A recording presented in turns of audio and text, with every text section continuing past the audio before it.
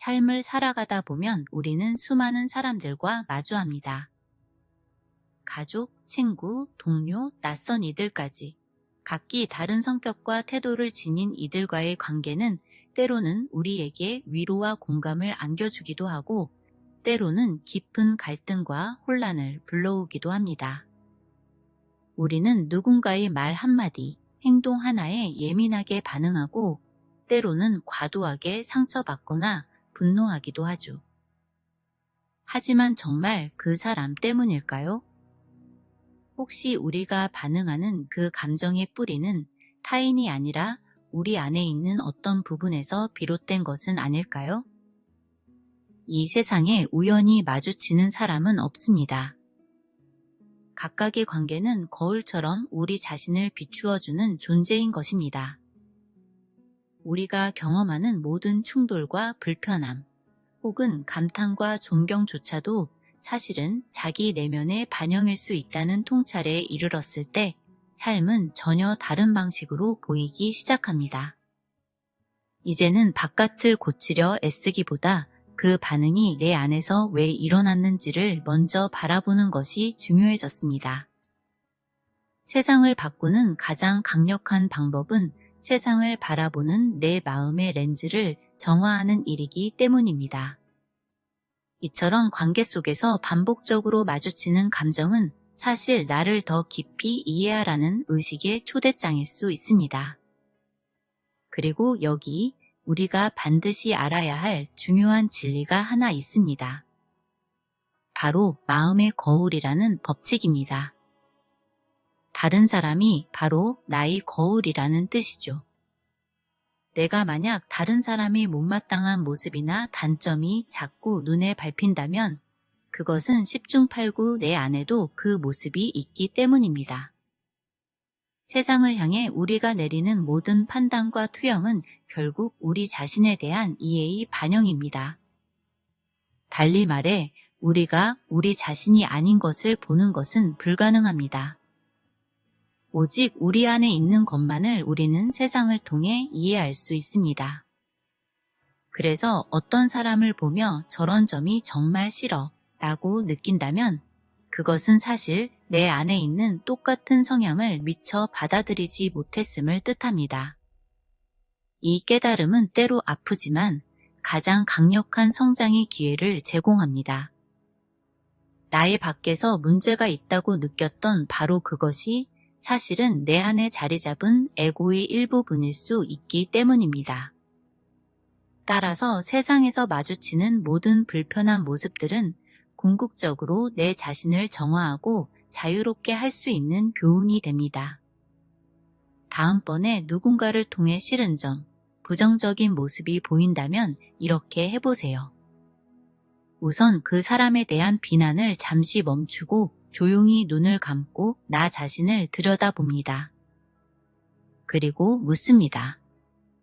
지금 내가 저 사람에게서 본 이 특성이나 행동이 혹시 내 안에도 있을까?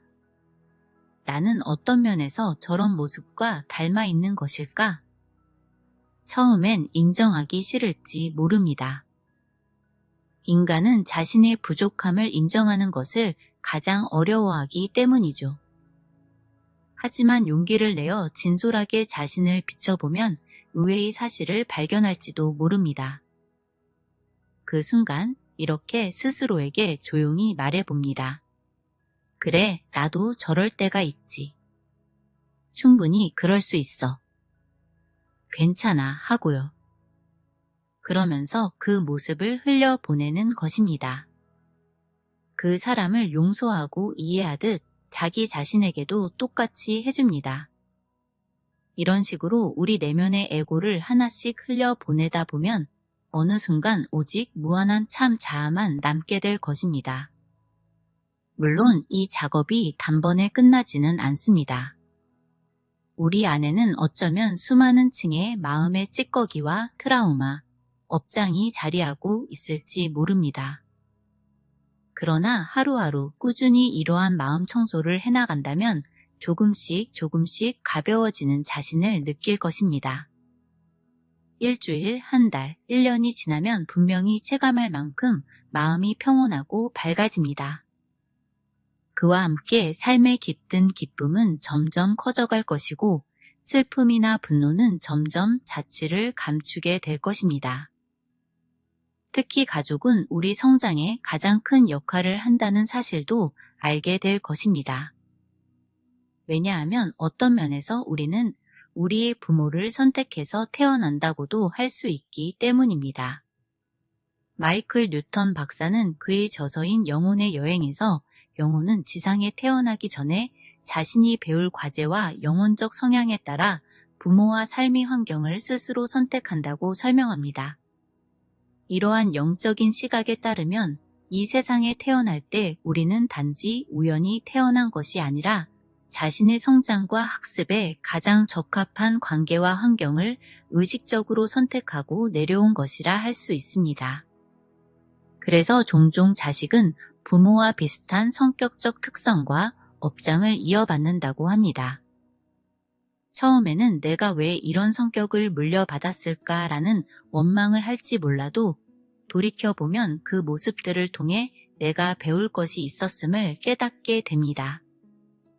부모와 나, 그 분리된 둘도 알고 보면 깊이 연결되어 있고 서로를 비추는 거울인 것입니다. 그 관계 안에서 흐르던 슬픔, 서운함, 기대와 미움의 감정조차도 결국은 나의 내면 깊은 그리움과 사랑이 만들어낸 파동이었음을 알게 됩니다. 그 감정의 물결이 고요해질 때 우리는 마침내 마음의 거울 속에서 진짜 나를 마주하게 됩니다. 결국 에고를 모두 버리고 나면 이 세상은 완벽함 그 자체로 보이게 됩니다. 내가 보던 모든 문제점은 허구였음이 드러나는 거죠. 문제가 없어서 문제가 없는 게 아니라 내 마음의 투영이 거치자 원래부터 세상은 완전한 조화 속에 있었음을 깨닫게 됩니다.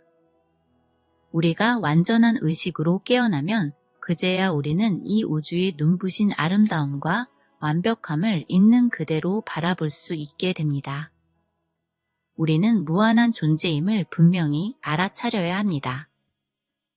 우리가 스스로 만들어낸 온갖 한계적 개념들을 모두 내려놓아야 마침내 그 사실을 볼 수 있습니다.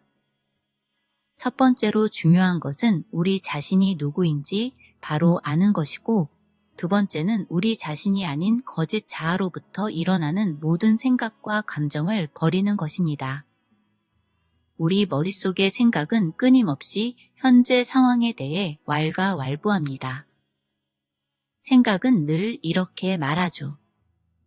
현 상황이 이러이러하니 이것은 문제야. 혹은 저 사람이 나에게 이런 행동을 했으니 나는 화가 나는 게 당연해. 하고 판단을 내립니다. 그러나 냉정히 보면 그것은 그저 하나의 견해, 수많은 오래된 관점들 중 하나에 불과합니다. 지금 떠오른 생각은 단지 생각이 뭉치일 뿐이며 절대적인 진실이라고 할 수 없습니다. 깨달음이란 결국 이러한 생각이 꿈에서 깨어나는 것입니다. 우리가 현실이라고 믿는 이 삶이 실은 내 마음이 만들어낸 이야기, 일종의 꾸며낸 꿈이라면 깨달음은 그 꿈임을 알아차리고 눈을 뜨는 일과 같습니다. 부처님의 이름 자체가 깨달은 자라는 의미이듯 깨달음은 꿈에서 깨어남을 뜻합니다. 예수님 또한 세상의 어리석은 자들을 일깨우며 참된 깨우침을 강조하셨죠. 레스터 레븐슨의 이야기는 이러한 깨달음의 한 예를 보여줍니다. 그는 불치병으로 시한부 2주 진단을 받았지만 고요히 자신의 내면을 탐구하고 명상에 몰두한 끝에 기적적으로 건강을 회복했을 뿐 아니라 깊은 깨달음을 얻었습니다. 레스터 레븐스는 이렇게 말했습니다. 나는 사념을 모두 제거하고 남은 그것이 진짜 나다. 생각과 감정을 모두 놓아버리고 나면 비로소 드러나는 순수한 존재, 그것이 참된 자아라는 뜻입니다. 그는 또한 깨달음이란 거창한 무엇을 성취하는 것이 아니라 오히려 더 많이 놓아버리는 것에 불과하다는 깨우침을 얻었습니다. 우리의 고통은 복잡한 생각과 집착에서 비롯됩니다. 복잡함이 고난을 부르고 단순함 속에서야 비로소 행복이 찾아옵니다. 우리가 평생 쌓아온 부정적인 생각과 감정들을 내려놓을 때 원래부터 우리 것이었던 영원한 행복을 되찾을 수 있습니다. 사실 방법은 아주 단순합니다. 생각을 멈추고 고요히 자신이 되는 것, 즉 아무 꾸밈 없는 존재 그 자체가 되는 것입니다. 그것이 바로 행복이며 사랑이고 영원한 평화의 상태입니다. 그 상태에서는 우리가 본래 무한한 존재임을 자연스럽게 살아내게 됩니다.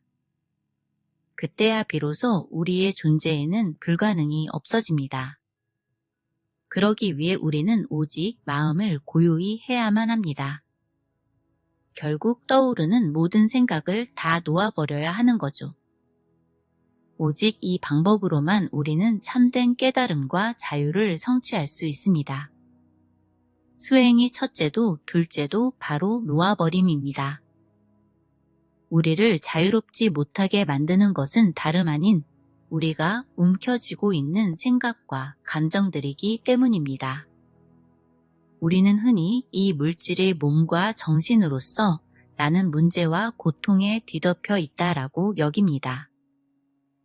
그러나 이런 관념들이 우리 참된 자신, 즉 무한한 존재를 가려버리고 있습니다. 사실은 이 육신도 내가 아니고 스쳐가는 생각들도 내가 아닙니다.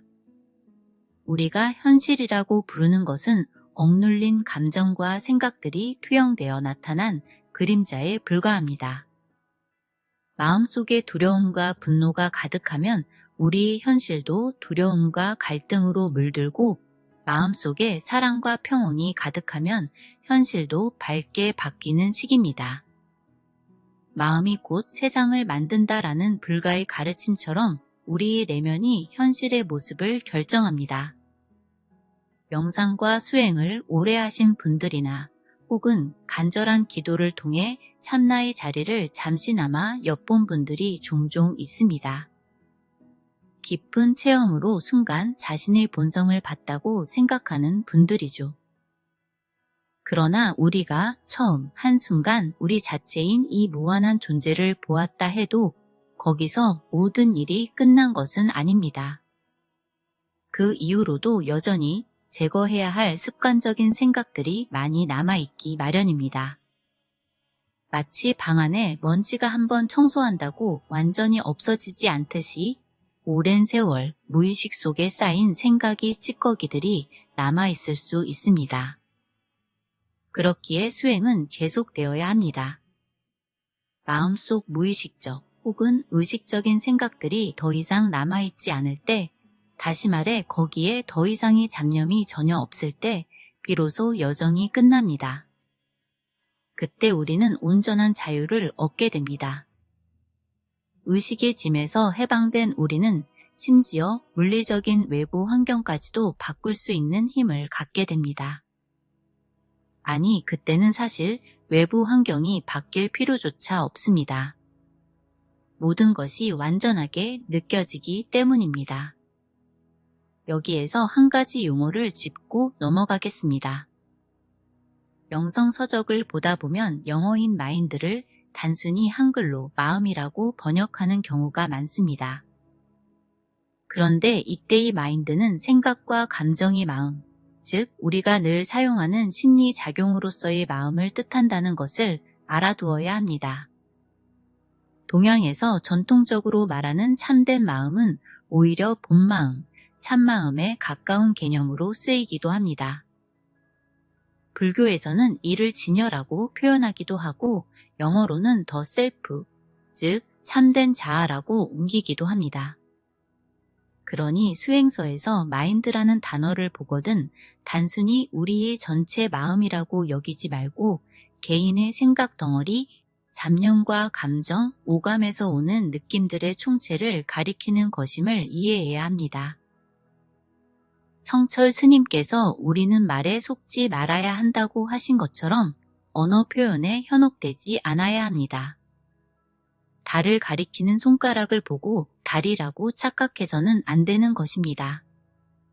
깨달음이란 손가락에 관한 개념을 뜻하는 것이 아니라 직접 달을 보는 것, 즉 생각 너머에서 직접 체험하는 것으로만 얻을 수 있는 진리입니다.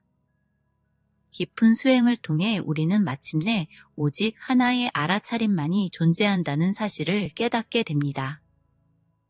처음에는 나와 남, 주관과 객관이 분리된 것처럼 보였지만 실은 우리가 그 모든 존재성과 의식의 총합임을 알게 됩니다. 우리는 모두 하나임을 깊이 보아야 합니다. 스스로에게 질문해 보세요. 나는 누구인가? 내가 정말 육신과 이름에 불과한 존재일까요? 아닙니다. 나는 본연의 존재 자체입니다. 나는 사고를 당해도 없어지거나 손상되지 않는 의식이자 생명, 순수한 존재 그 자체입니다. 고대 경전인 바가바드 기타에서도 참된 자아는 어떤 무기로도 상처 입지 않고 불에도 타지 않는다라고 했듯이 우리의 진정한 의식은 물질에 의해 파괴되지 않는 영원한 실체입니다. 그러므로 세상 그 무엇도 나를 실질적으로 위협하거나 해칠 수 없습니다. 왜냐하면 내가 바로 영적인 존재이고 신성 그 자체이기 때문입니다. 이것이 우리의 자연스러운 본래 상태입니다. 그렇다면 지금 내가 보고 듣고 느끼는 이 모든 것은 무엇일까요? 내가 마치 시간의 흐름 속에서 겪고 있는 듯한 이 현실은 사실 내 마음의 환영일 뿐입니다. 내 마음을 바꾸면 현실은 자연스럽게 바뀌게 됩니다. 이 점은 현대 양자 물리학에서도 찾아볼 수 있습니다. 전자의 위치조차 관찰하기 전까지는 결정되지 않다가 누군가 관찰하는 순간에 확정되죠. 이처럼 관찰자 효과는 우리의 의식이 현실에 직접적인 영향을 미친다는 것을 시사합니다. 결국 현실이라는 것이 내 마음의 거울이자 투영임을 완전히 깨닫고 그 사실에 항복해야 합니다. 지금 나를 올가매고 있는 두려움, 분노, 슬픔 등의 감정을 놓아버려야 합니다. 완전한 놓아버림, 그리고 삶에 대한 완전한 항복, 내맡김을 통해 내 안의 어두운 감정들은 모두 사랑으로 전환시켜야 하는 거죠. 부처도 집착과 분노를 내려놓을 때 비로소 해탈에 이른다고 전하셨습니다. 집착의 반대말이 바로 놓아버림이며 미움의 해독제가 바로 사랑입니다. 레스터 레븐스는 깨달음을 얻은 후 자신의 깨달음이 현실에 어떻게 작용하는지 시험해보고 싶어 했는데요. 그래서 한때 부동산 사업에 손을 대어 큰 돈을 벌었다고 합니다. 내면의 제약이 사라지면 물질 세계에서도 성취가 자유롭다는 것을 확인한 셈이죠. 그러나 곧 그는 마음 깊은 곳에서 울리는 목소리를 들었습니다.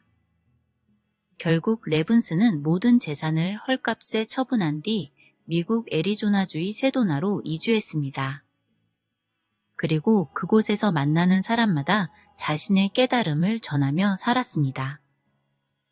무려 85세의 나이로 세상을 떠날 때까지 그는 사람들에게 자유와 행복에 대해 가르쳤습니다. 그는 일관되게 모든 생각을 놓아버려서 행복과 자유 그 자체가 되라고 강조합니다. 그의 가르침은 단지 정신적인 개념에 머무르지 않았습니다. 그는 내면의 감정과 생각을 해방시키는 것이 인간의 의식 수준 자체를 변화시킬 수 있다는 점을 경험으로 증명했습니다. 그 실천은 단순한 이론이 아니라 에너지의 진동과 상태를 근본부터 바꾸는 길이었죠. 우리가 부정적인 감정을 포기할 때 우리의 에너지 수준은 자연히 올라가는데요. 실제로 호킨스 박사의 연구에 따르면 억눌린 부정적 감정을 놓아버리면 인체의 상위 차크라인 에너지 중심들이 활성화된다고 합니다. 반대로 분노나 슬픔, 원망 같은 부정적 감정은 모두 우리 신체 장기에 나쁜 영향을 끼쳐 병들게 하고 오래 지속되면 신체 기능마저 멈추게 할 수 있습니다. 그러니 생각과 감정으로부터의 해방은 단순히 정신적 자유뿐만 아니라 우리 몸의 건강을 위해서도 꼭 필요하다고 할 수 있는 것입니다. 우리 삶의 모든 순간은 성장의 기회입니다. 크고 작은 모든 일이 사실은 내면 성장을 돕는 발판일 수 있다는 뜻입니다. 심리학자 칼 융은 인간이 거치는 모든 일에는 의미가 있다고 했습니다. 우리는 지금 일어나는 일을 전적으로 받아들이는 연습을 해야 합니다. 받아들임은 나약하거나 수동적인 태도가 결코 아닙니다. 오히려 가장 강인하고 혁신적인 정신수련입니다.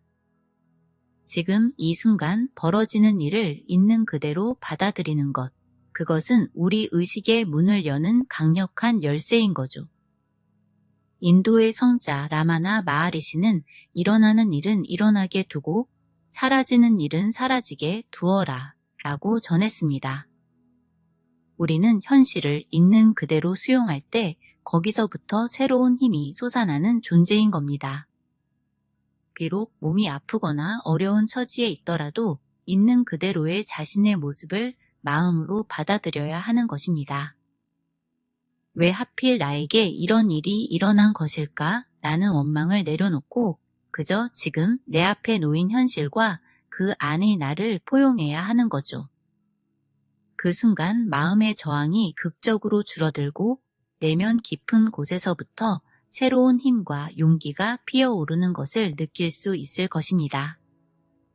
진정한 자유를 원하고 고통을 끝내고 싶다면 지금 이 순간 자신이 느끼고 체험하는 것이 무엇이든 마치 내 스스로 그것을 온전히 선택한 듯이 살아가야 하는 것입니다. 그러면 모든 것이 달라집니다. 생각해보면 우리가 불행해지려면 반드시 과거와 미래라는 시간이 필요합니다. 이미 지나가 버린 일에 대한 후회나 원망, 아직 오지도 않은 미래에 대한 걱정과 불안이 없이는 지금 이 순간을 불행으로 만드는 것은 불가능에 가깝습니다. 지금 여기에 충실하면 불행해질 틈이 없다는 뜻이죠. 시간을 제거해버리고 현재에 딱 머물러 보면 남는 것은 무엇일까요?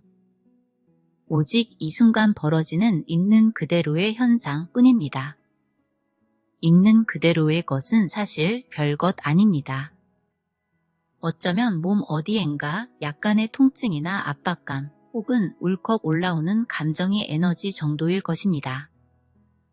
그러나 그 감정을 그저 감정으로만 두고 거기에 생각이 이야기를 덧붙이지 않으면, 즉 이러이러해서 나는 불행해라는 식의 해석을 만들어내지만 않으면 그 감정은 그저 스쳐 지나가는 하나의 에너지 현상으로 머물다가 사라집니다. 우리 안에 불행한 나라는 이야기를 만들어내지 않는 한 순간의 감정 자체는 곧 흘러갈 것입니다. 이제 다시 근본적인 질문으로 돌아가 보겠습니다. 우리는 왜 이런 객체로서의 육신과 분리된 자아를 가지고 이 세상에 태어났을까요? 왜 굳이 둘로 나뉜 듯한 경험 속에서 때로는 홀로라고 느끼며 살고 있을까요? 이 분리의 경험을 통해 우리가 얻고자 하는 것은 무엇일까요? 우리는 나와 다른 많은 사람들과 어우러져 이 삶을 살아가고 있습니다. 그리고 각자 부딪히는 도전과 관계 맺음 속에서 반드시 배워야 할 중요한 깨달음들이 주어집니다. 그중 첫째는 사랑을 통해 진정한 놓아버림을 배운다는 것입니다. 때로 우리는 나는 왜 이렇게 모두와 분리되어 있을까? 나는 왜 이렇게 고독할까? 아무도 나를 진정 이해해주지 못해라는 생각이 들 때도 있을 것입니다. 바로 고립감과 소외감, 그리고 상대가 나를 몰라준다는 억울함이 안에 웅크리고 있었던 거죠. 우리는 그 사실을 직접 체험하지 못하고 머릿속 지식으로만 알고 있었기에 여전히 마음 한켠에는 근원적인 슬픔이 자리하고 있었던 것입니다.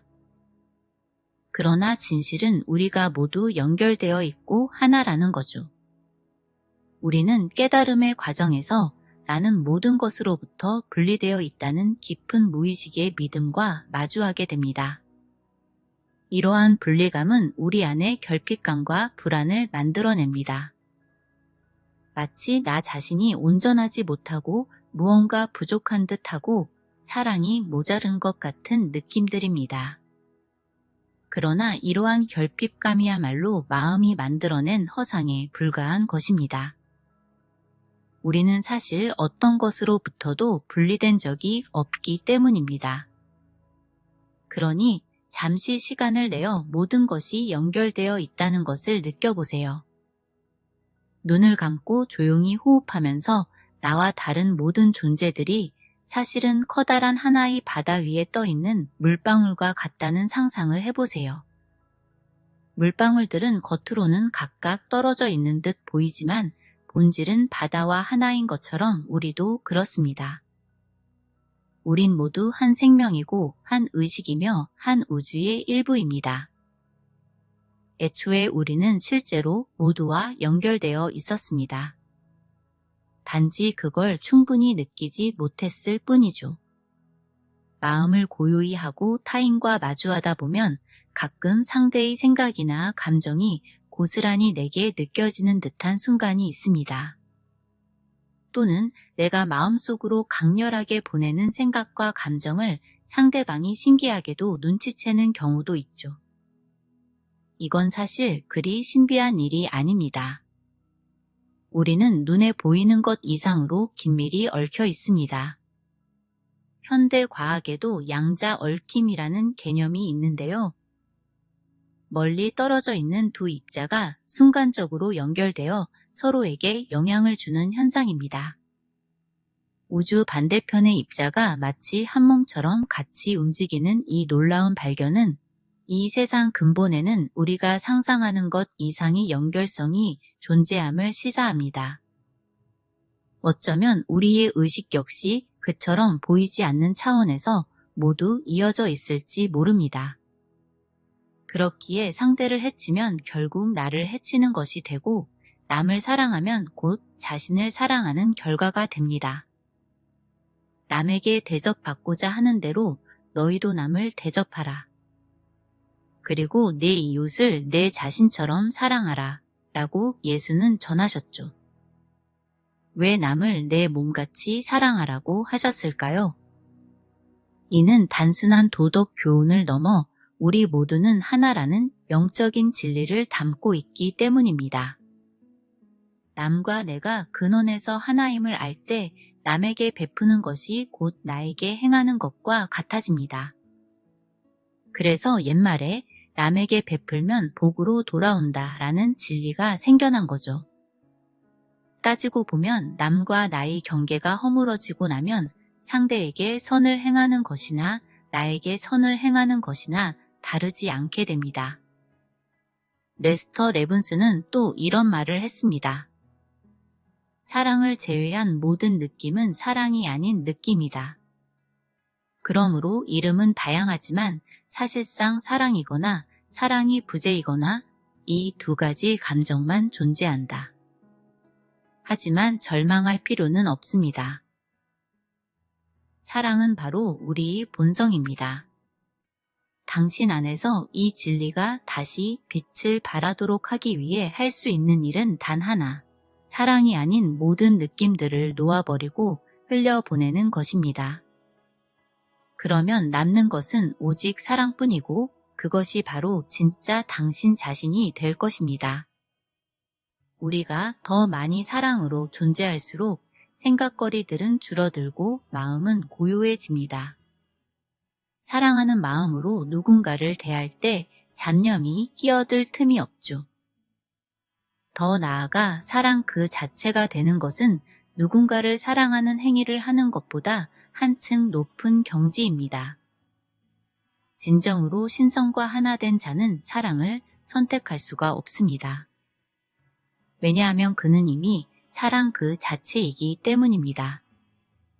진정으로 깨달은 이는 애써 사랑해야지라고 생각하지 않습니다. 그냥 존재 자체가 사랑으로 충만한 것입니다. 우리의 본래 상태는 바로 그런 신성한 사랑입니다. 이러한 사랑은 불꽃처럼 타올랐다가 재가 되고 마는 인간적인 사랑과는 차원이 다릅니다. 조건 없이 있는 그대로를 받아들이는 사랑, 모든 존재를 동등하게 보는 사랑입니다.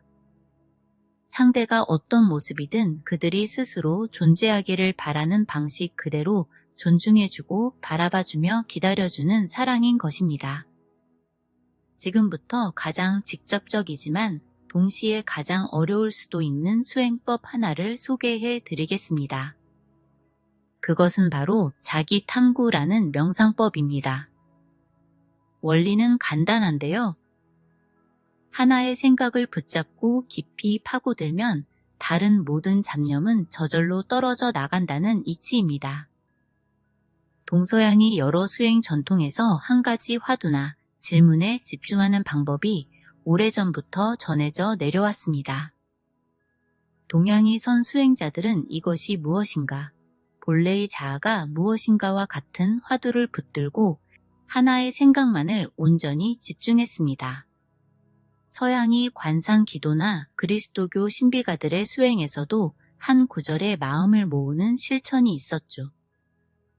현대에 와서도 레스터 레븐스는 스스로 이 자기 탐구의 방법을 통해 깨달음에 이르렀습니다. 그는 이렇게 고백했습니다. 답을 얻고자 하는 갈망이 너무나 강해서 비록 내 마음은 한때 세상에서 제일 소란스러웠지만 오히려 그 절실한 집중 덕분에 답이 오기 시작했다. 그는 어느 날 스스로에게 집요한 질문을 던졌습니다. 나는 무엇을 진정 원하는가? 무엇이 나를 행복하게 하는가? 그는 행복의 근원을 찾으려 했고 결국 사랑이라는 답을 얻습니다. 그리고 더 깊이 들어가 묻기를 사랑이란 무엇인가? 나는 지금까지 정말 사랑을 해봤는가 하는 식으로 끝없이 파고들었습니다. 그러다 마침내 누가 이 질문을 하고 있는가? 이 나는 대체 누구인가라는 근원적인 의문에 도달하게 되었습니다.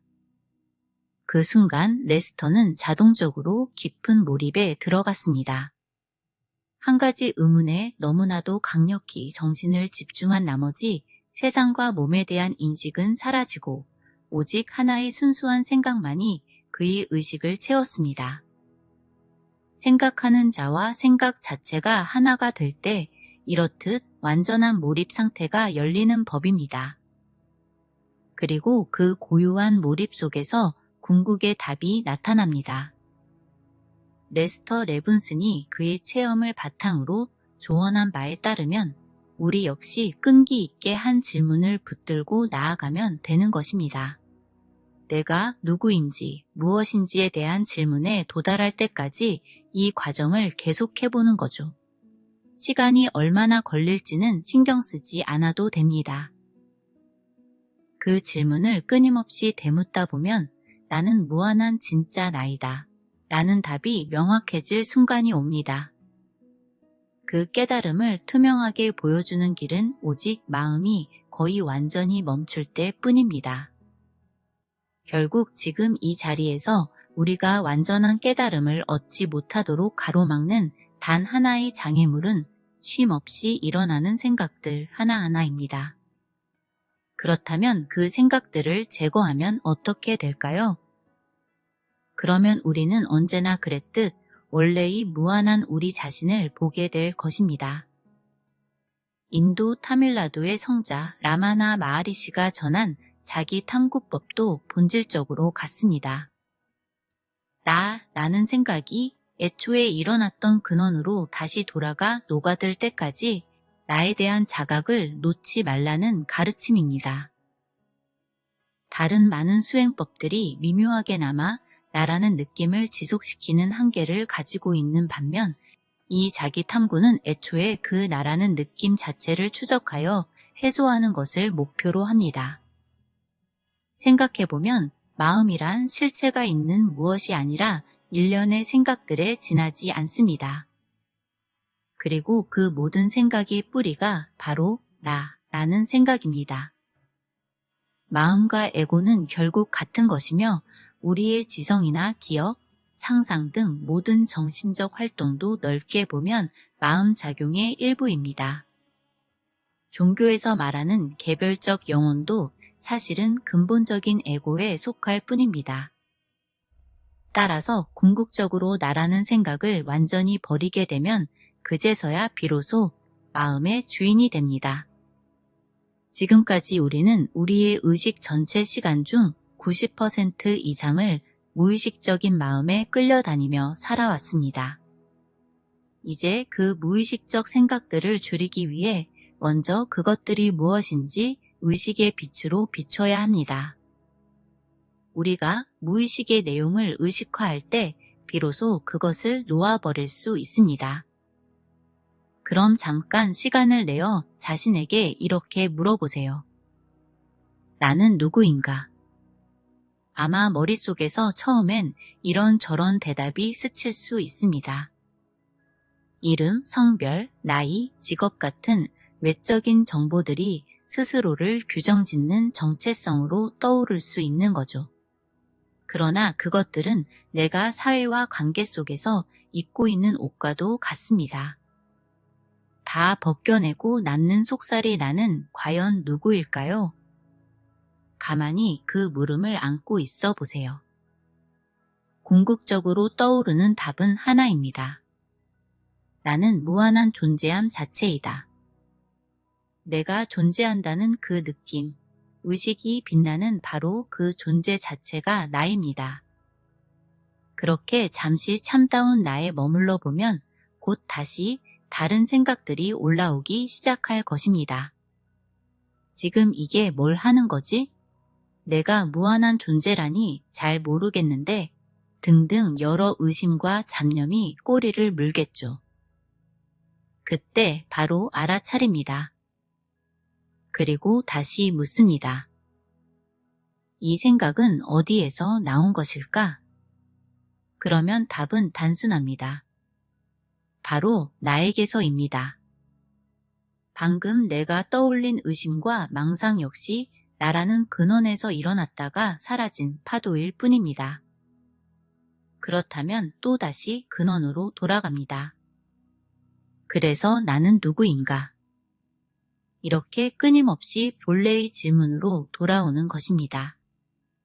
떠오르는 생각을 쫓아가지 않고 그 생각의 뿌리를 향해 다시 나를 묻는 거죠. 나는 밖에서 찾을 수 없습니다. 내면 깊은 곳에 있기 때문에 계속해서 의식을 내 안으로 파고들게 합니다. 나라는 생각을 붙들고 그 근원을 샅샅이 찾아가는 것입니다.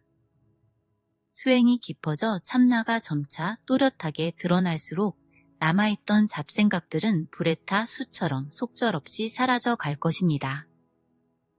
그렇게 마음이 전체적으로 고요해질 때까지 계속해서 자아 탐구를 하는 것입니다. 마음은 결국 생각들의 더미에 불과하며 그 모든 생각 중에서도 나라는 생각이 뿌리를 이루고 있습니다. 마음의 작용을 한마디로 요약하면 바로 그 나라는 생각인 것입니다. 나라는 생각이 떠오르는 순간 개별적인 자아가 만들어지고 그때부터 나의 인생이라는 이야기가 시작됩니다. 이 생각이 계속되는 한 괴로움도 함께 따라옵니다. 반대로 이 생각이 사라진다면 괴로움도 자연스럽게 사라질 수 있습니다. 우리가 겪는 많은 번뇌와 망상은 결국 나라는 착각에서 비롯된 가지일 뿐입니다. 그 뿌리를 알아차리고 내려놓는다면 다른 생각들도 저절로 사라지게 됩니다. 이제 외부를 향한 관심을 잠시 내려놓고 마음을 내면으로 향해 보시길 바랍니다. 진정한 자아 안에 머무르게 되면 마음은 더 이상 바깥으로 흐르지 않고 자연스럽게 고요해집니다. 그때 우리는 시간과 공간을 넘어서 모든 존재와 하나 된 의식으로 살아가게 됩니다. 이러한 체험은 일상 속에서도 가끔 일어날 수 있습니다. 자연 속에서 보내는 시간이나 몰입하는 예술 활동, 혹은 문득 찾아오는 평온한 순간이 그 예입니다. 그러나 그런 순간을 일시적인 감정으로 흘려보내지 않고 진정한 자각으로 이끌기 위해서는 꾸준한 자기 탐구가 필요합니다. 그 중에서도 이 나라는 생각은 어디서 오는가를 묻는 질문은 가장 단순하면서도 강력한 수행입니다. 이 질문에 머물 수 있는 용기와 끈기가 중요합니다. 우리는 종종 겉모습이나 사회적인 자아를 진짜 나라고 착각하며 살아갑니다. 하지만 그것들은 시간이 지나면 사라질 수밖에 없는 그림자일 뿐입니다. 그 뒤에는 결코 변하지 않는 진짜 자아가 있습니다. 그 자아는 집착과 두려움을 내려놓을수록 자연스럽게 드러나고 삶은 본래의 충만함을 회복하게 됩니다. 깨달음은 특별한 사람만이 아니라 누구나 경험할 수 있습니다. 산에 들어가거나 스승을 따라야만 가능한 일이 아닙니다. 자신의 삶에 맞는 방식으로 매일 마음을 정화하고 내면을 향한 실천을 이어가는 것이 중요합니다. 그렇게 하다 보면 어느 순간 내 안에 잠들어 있던 자각이 조용히 깨어날 것입니다. 우리가 찾고 있던 해답은 언제나 내 안에 있었습니다. 부처님께서는 그대 스스로 등불이 되라고 하셨고, 예수님은 하느님의 나라는 너희 안에 있다고 말씀하셨습니다. 진리는 늘 우리 안에 있었고, 그 안에서 평화와 자유는 조용히 기다리고 있었습니다. 이제는 생각과 감정이 나라고 믿는 동일시에서 조금씩 벗어나야 합니다. 그것들은 내가 아니라 내가 바라보는 대상일 뿐입니다. 나는 그 모든 것을 바라보는 고요한 의식 자체입니다. 이 자각에 머무를 때 우리는 참된 나, 사랑과 평화의 본성으로 살아갈 수 있습니다. 삶은 자신을 비우고 정화하는 여정입니다. 집착을 놓아버리고 사랑을 실천하며 자기 안의 근원으로 돌아가는 길을 걷다 보면 진정한 자유가 시작됩니다. 우리가 찾아야 할 것은 외부의 무언가가 아니라 바로 내면 깊은 곳에 고요하고 광대한 의식입니다.